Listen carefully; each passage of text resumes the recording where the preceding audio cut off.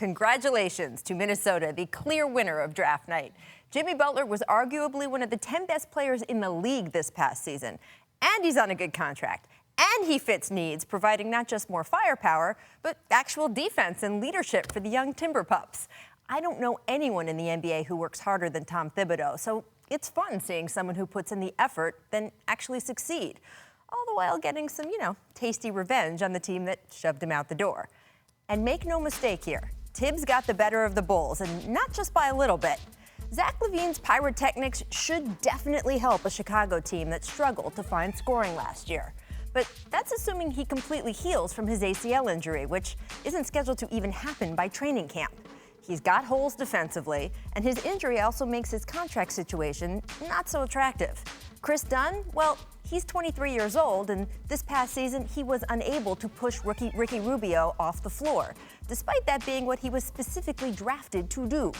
He could certainly still develop, but it's hard to see betting the farm that he will. That same kind of thing could be said about the kid the Bulls drafted with the pick they swapped up to get. Lauri Markkanen is a nice shooter, but again, it is hard to see, betting it all, that he will develop into anything more. Which brings me to my biggest problem here, the reason I've been against the Bulls trading Butler all year. I hear all the calls for Chicago to pick a direction and rebuild with youth, and that, hey, it's hard in the middle.